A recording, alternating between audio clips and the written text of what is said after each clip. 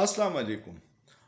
ماهرین وایي چې هر 15 کیلومتر پس په جبو کې بدلاو راځي.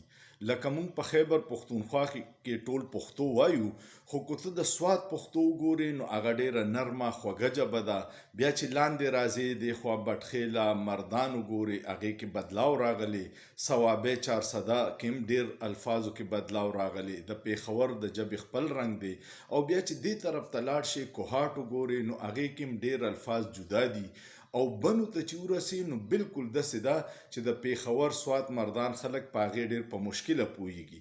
د دې نه چې مخکې قبایلي سیمې ته لاړ شي نو هغوی قبایلو رونو هم پښتو ډېره بدله ده. زما چونکې کاروباري سلسلې داسې وې چې زه به ټول پاکستان کې ګرځېدم او میاشت 2-3 پس به مې د دې علاقو نمبر راتلو. یو واقعه ده ته ډېره مزداره بیانومه. بنو کې به زه تلمه نو هلته به مې یو شپه راتله، بیا به ډیهی خان ټانکه پورې به زما ویزټ و. بنو کې زما یو ډېر خوږ ملګری و، ډسټریبیوټر مې و، یعقوب خان نوم یې او په میټو په نوم مشهور و. ډېر عظیم انسان و، ډېر خوږ انسان و.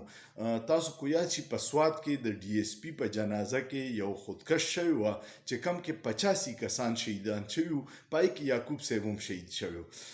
زه چې به لاړم نو د یعقوب صاحب دوستانو به چا روټۍ وکړه، هلته کې خو غټ روټۍ چې نو پینډۍ او د پینډۍ ډېر زیات زبردست سپیشلیسټ دی بنوسیان او ډېره ښکلې ذایقې والا پینډۍ جوړیږي.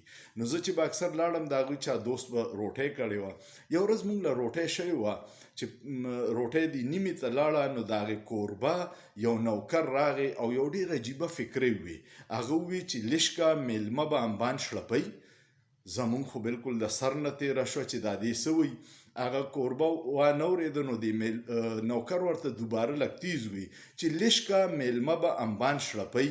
نو هغه ورته وی او ما ترې تپوس وکړو چې دا نوکر دې څه وایي. هغه دې وایي چې میلمه به امونه چوپي.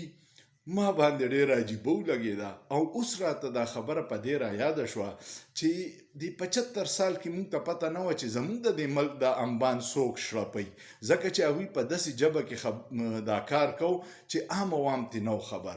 خو د رژیم چینج ډېرې تباهیانې راوستې په ملک کې. د ادارې نه عوام متنفر کړه، معیشت تباه شو، بېروزګاري په عروج ده، خلک خودکشیانې کوي، مهنګایي ډېره زیاته ده. خو دا یو خبره پته ولګېده چې دا انبان څوک شړپئ.